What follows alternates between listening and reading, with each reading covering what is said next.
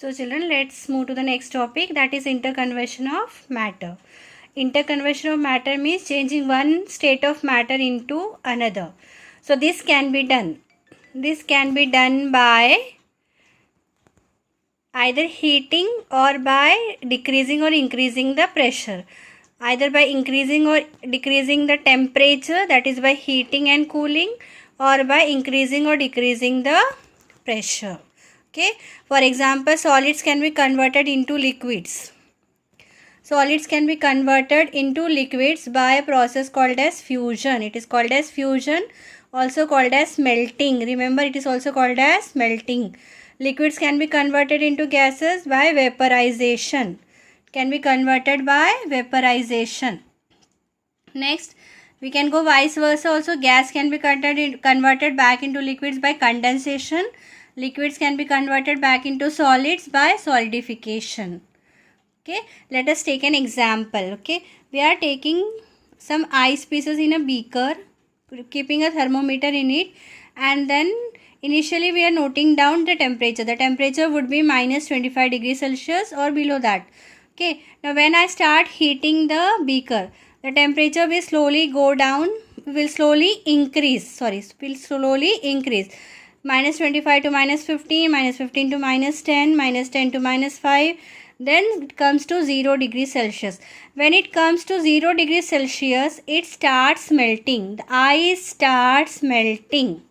Okay, so the melting point, the temperature at which a solid changes into liquid.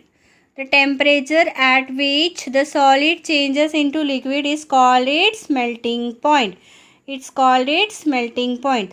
So melting point is nothing but the temperature at which a solid changes into liquid. Now till the whole ice melts, the temperature remains constant. Now one question. I am supplying heat. Now till the total ice melts, it is remaining the same temperature. It is keeping the same temperature. So where is that heat energy going? Okay, I'll answer it. That heat energy is absorbed by the particles to overcome the force of attraction between them. By using that heat energy, they'll start overcoming the force of attraction between them, and slowly the particles will move away from each other and their kinetic energy will increase and they leave their fixed position and start moving. And a stage will come that the whole ice melts and gets converted into water. So the temperature that is taken to completely change solid into liquid without the rise in temperature, that heat is called as latent heat. It is called as latent heat.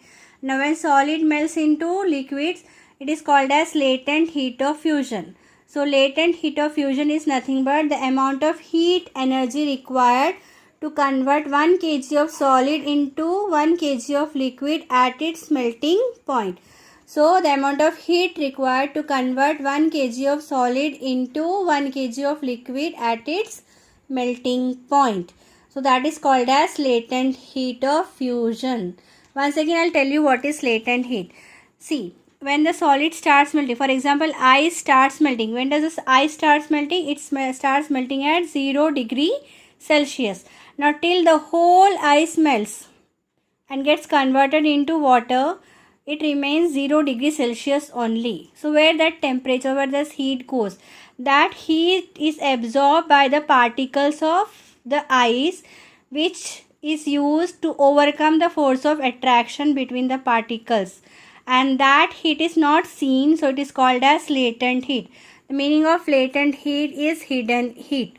So latent heat of fusion, if I have to define latent heat of fusion, it is called as amount of heat required to convert 1 kg of solid into 1 kg of liquid at its melting point.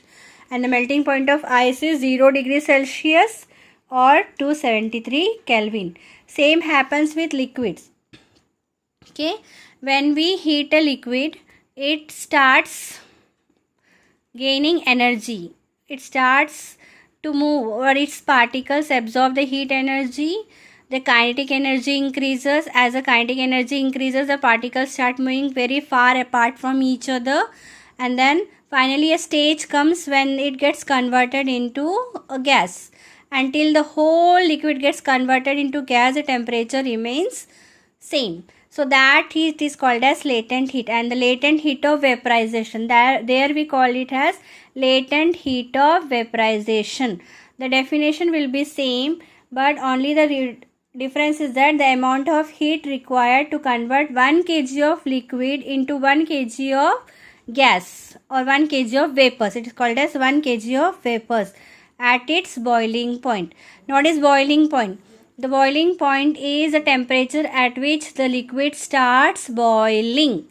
Okay, the temperature at which liquid starts boiling. So solids can be converted into liquids by fusion method or by melting method. Liquids can be converted into gases by vaporization, and we can convert gas back into liquids by condensation. By cooling the gas, we can get liquids. By cooling the liquids, we can get solids. That process is called as solidification. So in next class, I'll explain about sublimation and the effect of pressure on solids.